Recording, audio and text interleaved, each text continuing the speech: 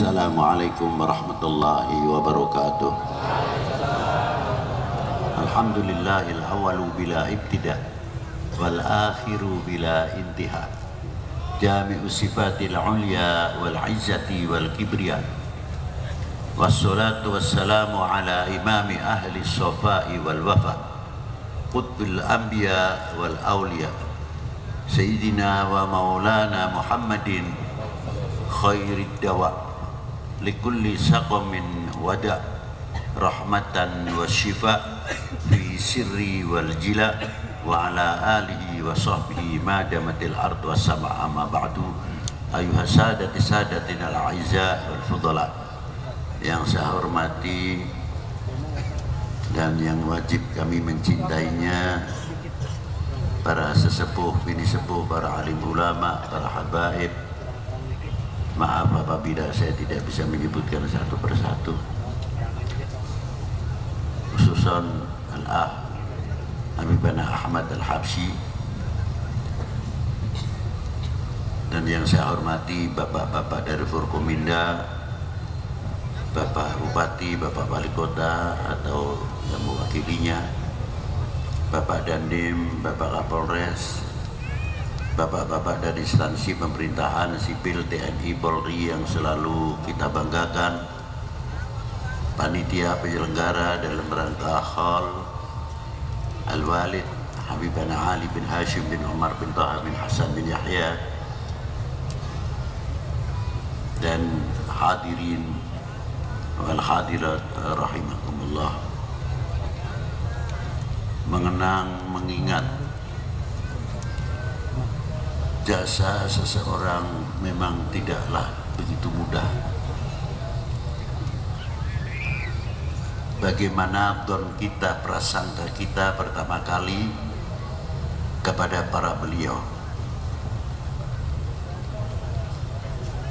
Maka beberapa ulama-ulama sepuan dan sesepuh para habaib sering mengatakan, alaikum bi husnudzon. Jadilah kalian orang yang selalu mempunyai prasangka yang baik kepada siapapun, dengan pandangan yang jernih. Apabila terwarnai dengan prasangka yang baik, maka akan selalu memandang yang baik. Saya umpamakan kecil-kecilan saja, apabila di bawah hidung ini dikasih minyak wangi, minyak harum, mencium siapapun harum, itu orang husnudzon. Tapi kalau orang itu suudzon, di bawah hidung ini dikasih kotoran, secantik apapun istrinya pun baunya gak enak. Itu memandang orang yang selalu pandangan sempit, pandangan kotor. Maka dengan adanya peringatan khol siapapun yang ada di Indonesia ini, Indonesia itu kaya, bukan subur saja, agraris, bukan maritim saja, tapi agraris juga maritim. Kaya dengan aulia, dari mulai Aceh sampai ke Lampung, Banten, sampai ke Demak, sampai ke Madura dan timur jauh. Tidak bisa hitung jumlahnya yang ada di Indonesia ini. Belum yang menjadi tokoh-tokoh ulama, jamaahirul ulama, sangat luar biasa. Terkenal ulama-ulama di Indonesia ini sampai ke Timur Tengah. Siapa di antaranya? Guru besar Thariqat Qadiriyah adalah dari Sumba, Syekh Ahmad Khotib namanya Sambas, sangat terkenal. Bukan Sumba tapi Sambas, daerah Kalimantan. Muridnya beliau juga dari Timur Tengah sampai India.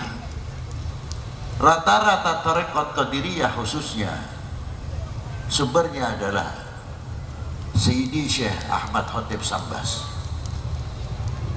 Ki Abdul Karim Al-Bantani Kiai Nawawi Al-Bantani, taklif yang belum sempat dicetakkan masih lebih 200 kitab karya tulis tangan Kiai Nawawi Al-Bantani.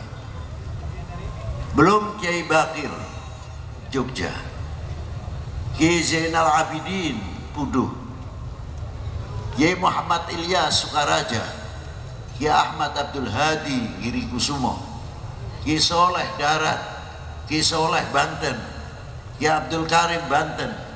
Banyak lagi yang kita ketahui ulama-ulama, jamahirul ulama yang ada di Indonesia ini. Mestinya menjadi satu kebanggaan untuk umat Islam khususnya dan untuk bangsa ini. Ternyata kita mampu mencetak tokoh-tokoh, kader-kader, lopian-lopian yang akan menjadi cermin umat dan cermin anak bangsa ini. Tetapi apabila sudah hilang sejarahnya, kita mau ngomong apa? Mau menceritakan ini makam yang ziarah ramai, terkadang di Kholi. Ketika kita tanya, ini manakibnya riwayat hidup, gimana Bib? Si saya dengar cuma kiai saja, masya Allah ini orangnya. Tapi belajarnya dari mana? Dari mana? Nggak paham saya. Karena apa? Tidak tertulis, tidak terbiasakan tertulis. Coba itu diantaranya. Belum lagi yang lain-lain, tokoh-tokoh ulama yang ada di Indonesia ini. Maka dari itu dengan adanya hal peringatan untuk mengenang jasa para beliau. Apakah beliau hanya cukup mengajar?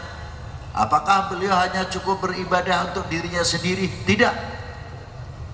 Sudah diawali dari mulai zaman Aceh, Pasai, sampai ke Pulau Jawa. Berapa beliau-beliau yang menjadi tokoh-tokoh, contoh-contoh perjuangan, menjadi bapak negara. Satu contoh yang luar biasa, mempunyai kontribusi yang luar biasa, menelurkan tokoh-tokoh yang luar biasa seperti Diponegoro, Kiai Mojo, Sentot Perwiro Dirjo, Ibu Kartini, Cuk Nyadin, Tengku Marcek Ditiro dan lain sebagainya. Sehingga tegaknya kembali sang saka merah putih, berkibar kembali. Jasa siapa? Jasa para ulama dan jasa sepuh-sepuh bangsa Indonesia ini. Sehingga kita mengenal merah putih. Apa di dalam kandungannya merah putih? Di antaranya ada 3 hal: harga diri bangsa, jati diri bangsa, kehormatan bangsa. Ada di dalam merah putih sekalipun tidak berhuruf. Tinggal sejauh mana kita memahami. Bukan untuk kultus kepada bendera, tidak. Di zaman Sayyidi Rasul Sallallahu Alaihi Wasallam, kalau di zaman Rasulullah adanya bendera simbol perang. Jadi kayak kalau sekarang benderanya tank sendiri, yang bagian meriam sendiri, infanteri sendiri. Di zaman Rasulullah sudah ada begitu. Di zaman itu pun dijaga setiap pembawa bendera 4 orang.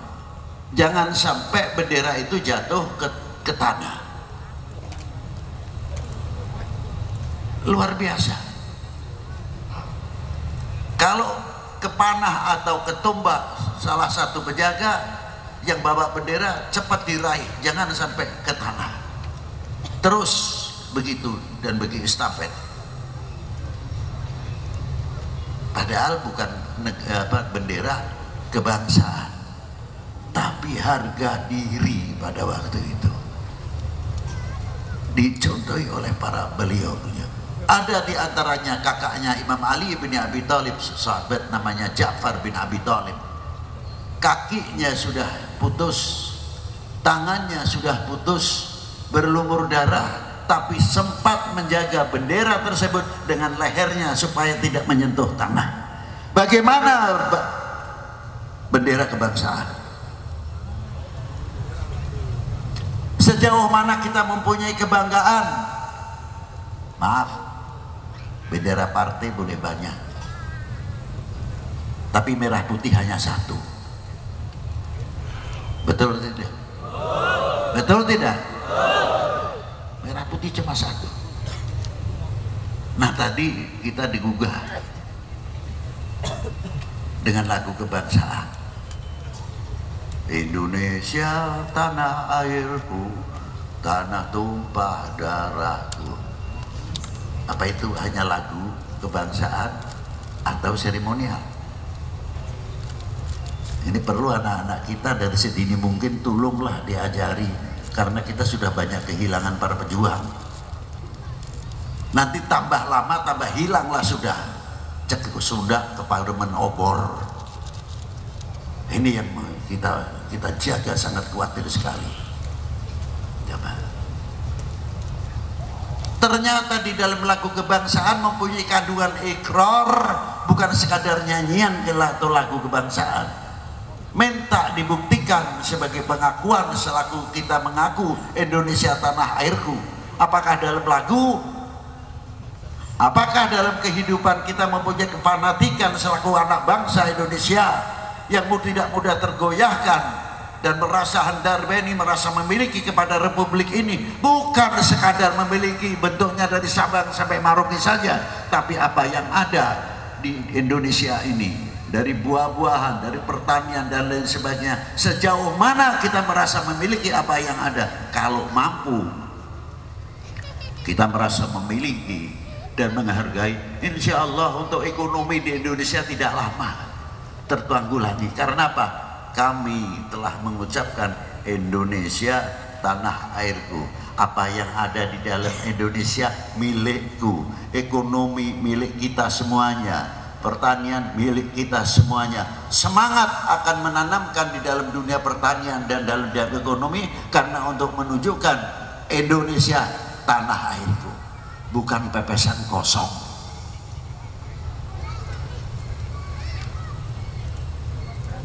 Sering saya ucapkan, karena kita kurang memiliki, terkadang terbawa angin. Musimnya jambu bako, yang ngomong jambu bako. Yang paling hebat lagi Kates California, jauh amat. Amatnya pada tidak jauh padahal. Lalu kita pikir, apakah di sini tidak bisa tumbuh Kates? Cuma menang nama Kates California. Coba kalau kefanatikan itu muncul, Kates mana ini Pak? Bogor. Kates mana ini Pak? Di Bandung. Kates mana? Bekasi. Ketika mengucapkan Kates mana Pak? Bekasi punya, Bogor punya, Bandung punya, atau lainnya yang ada pertanian Kates. Merasa memiliki, merasa bangga apa yang tumbuh di dalam tanah air ini. Kalau sudah bisa begitu, insya Allah produksi apa yang ada di dalam negeri ini cepat untuk naik, tidak terjadi inflasi dan lain sebagainya. Karena apa? Kita sama-sama cinta Setuju? Buktikan kalau setuju, jangan ribut saja. Bangsa lain sudah bikin nuklir, sudah bikin persenjataan macam-macam. Dolar semuanya dikuasai dalam ilmu pengetahuan, ilmu kedokteran. Kita masih ribut saja, ini noblos A sama noblos B tidak akur. Ini nanti lama-lama lagi diputer lagi kasetnya. Apa antaranya membicarakan masalah khol, maulud, tahlil, manakib, talqin, tidak ada habis-habisnya. Sampai kapan negara ini akan maju? Malu mestinya kita rasanya kepada para beliau-beliau yang ikut andil mendirikan bangsa ini, bapak bangsa yang berkibarnya kembali sangsaka merah putih. Wahai bangsaku yang kubanggakan, relakah negerimu ini terpecah belah? Jawab yang keras. Tolong buktikan kalau tidak. Mestinya begitu. Ini buah daripada khol. Coba sejarahnya Pak Dirman, ya tahunya Jenderal Sudirman. Tapi generasi kita lebih lanjut tahunya ya Pak Jenderal pejuang nasional. Diponegoro sama, Sentot sama, Gatot Subroto sama, belum lain-lainnya. Hanya sebatas itu. Nah nanti generasi yang akan datang saya berpikir kemana ini? Kalau sudah ke Parmenobor tidak tahu sejarah nenek moyangnya, tidak mengetahui siapa beliau-beliau itu. Coba Habib Lutfi tidak bakal bosan akan menyebutkan, akan mengangkat Indonesia untuk tanah air ini. Kiai-kiai yang membicarakan masalah agama sudah banyak, tapi melenturnya kecintaan kepada Rasulullah SAW, melenturnya kecintaannya kepada para ulama, melenturnya kecintaannya kepada ahli bait Nabi SAW, melenturnya kepada tokoh-tokoh bangsa ini mulai melenturnya nasionalisme, merasa memiliki kepada republik ini semakin melentur. Apa jadinya kalau semakin melentur? Tanggung jawab siapa itu? Tanggung jawab kita bersama. Tidak bisa akan menyalahkan A atau B. Ayo kita bangkit, ayo kita bangun. Kesadaran kita tingkatkan. Sudah bukan waktunya untuk memikirkan pecah belah. Bukan waktunya lagi. Itulah yang diharapkan para leluhur kita dalam membangun bangsa ini. Ma'asyiral muslimin rahimakumullah. Coba kalau kita lihat bagaimana perjuangan para pendahulu. Mungkin di Betawi saya kurang paham. Kalau bikin rumah, padahal di zaman penjajah Hindia Belanda, kalau seandainya kita pasang merah putih, ya pulang nama. Sebab instansi pemerintahan pada waktu itu Hindia Belanda, benderanya bendera Belanda. Tapi orang tua kita, kiai-kiai kita tidak kalah akal. Bagaimana cara menanamkan merah putih kepada setiap anak bangsa pada waktu itu. Ini sudah tidak dipelajari, kurang untuk menganalisis sejauh mana. Maaf. Pasti kalau mau bikin rumah di tiang yang paling, bukan tiang ya, kayu paling atas sendiri yang panjang, sebelum ada apa namanya, puhunan ya itu ya. Kalau di tempat kita namanya mulu, ya itu dikasih janur. Sebelum pasang reng, pasang usung, janur dulu, terus tiwu, tebu, padi, pisang, kelapa. Dan nanti ketika kita akan membalut dengan merah putih bolo tersebut, ada yang pakai tahlil, ada yang pakai manakib, ada yang pakai perjanjian, ada yang pakai baca pat dan lain sebagainya. Pakai menyan, pakai segala. Lo pakai menyan, sudahlah, nggak usah berbicara menyan, daripada bau ketiak lebih baik bakar menyan. Repot amat sih. Lo itu satu contoh. Baru setelah acara itu dibasah, dibalut sampai berapa hari.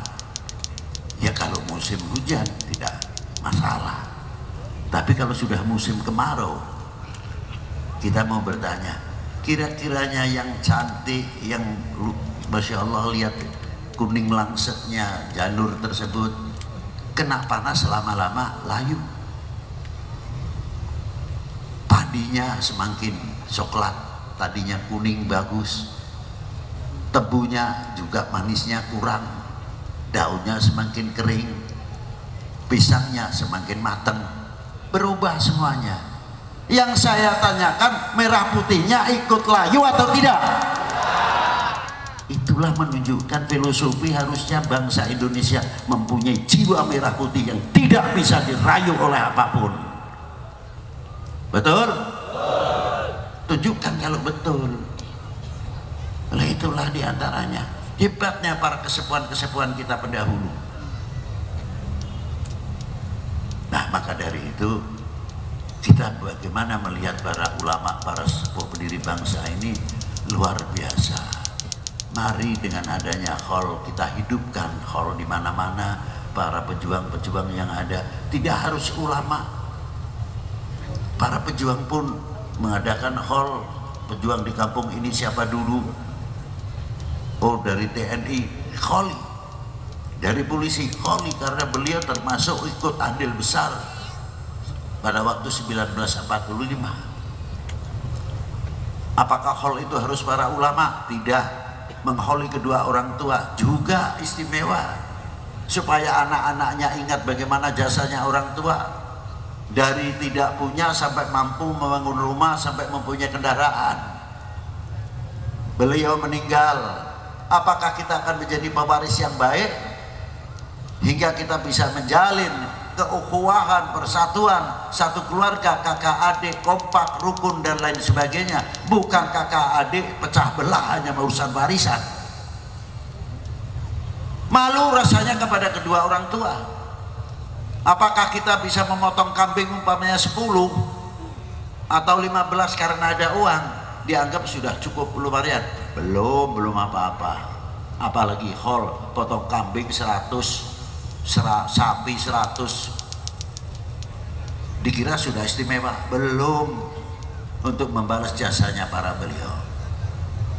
Apa yang diharapkan para beliau kepada kita ini? Mampukah meneruskan pembangunan para leluhur kita,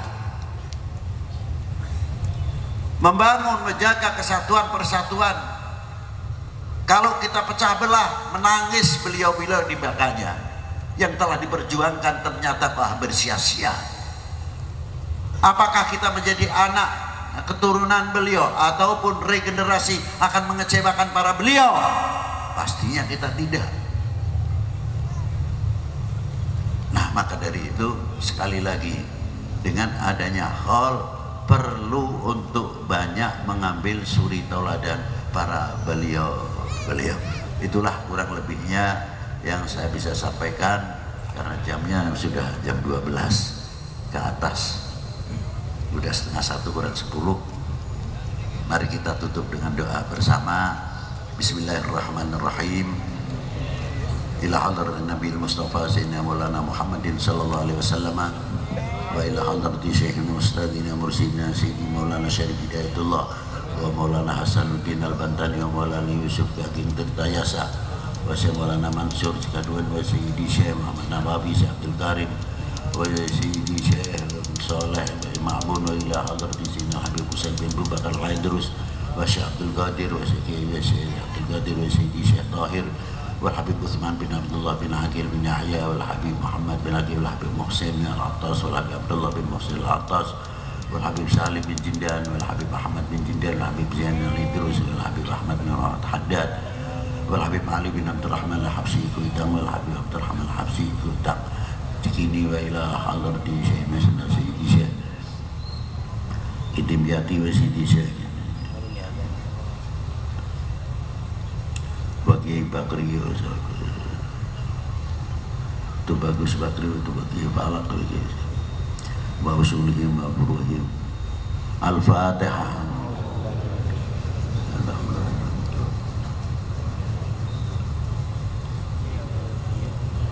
Allahumma salli wa sallim wa barik ala sayyidi sadat qutbul bidayat wa nihayat Khalifatullah fi khuzainil ardi wa samawat wa ala alihi wa sahbihi ma damati sadatil qadat salatan tahtahu lana biha ababal khairat wa sa'adat fid dari dunya wa daril ma'ad wa barik lana fi umurina wa fi rizqina wa auladina wa ikhwanina minal mu'minin wal mu'minat wal muslimin wal muslimat aina ma kanu fi jam'il jihad wal bilad wa jam'il jihad wal bilad khususan baladina Indonesia khassah biladil muslimin amah wa tunjina wa iyyahum min jamil ahwali wal afat wa min syarril hayat wa syarril mamat ya waliyal hasanat wa qadil hajat subhana rabbika rabbil izzati amma yasifun wa salamun alal mursalin walhamdulillahi rabbil alamin wa lafu minkum. Assalamualaikum warahmatullahi wabarakatuh. Waalaikumsalam warahmatullahi wabarakatuh. Alhamdulillahirrabbilalamin. Terima kasih kepada Bapak Ibu hadirin rahimakumullah. Kita doakan bersama guru kita Maulana Habib Muhammad Lutfi bin Hashim bin Yahya beserta keluarga senantiasa berpanjang umur, sehat walafiat. Amin. Sekali lagi kepada Bapak Ibu, mohon tidak meninggalkan tempat. Sudah kita sediakan hidangan santap malam. Dikadir langsung dipersilakan kepada seluruh tim untuk mengedarkan hidangan santap malam yang sudah disiapkan oleh keluarga dan juga oleh panitia. Dipersilakan semuanya. Kami ulang kembali, rekan-rekan semuanya yang terkait, tim, Banser, Ansor, dan lain-lainnya, semuanya untuk bisa membantu hidangan santap malam segera langsung, langsung diedarkan. Padang bulan, padangi koyo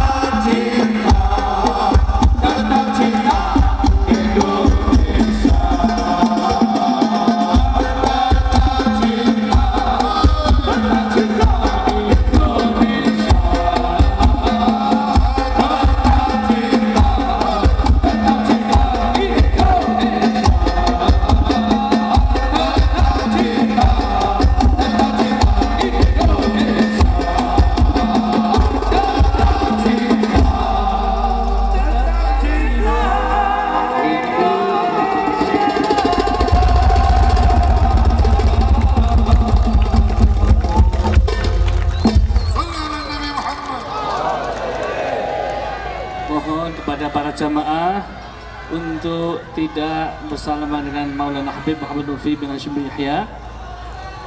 Semoga beliau senang panjang umur sehat walafiat.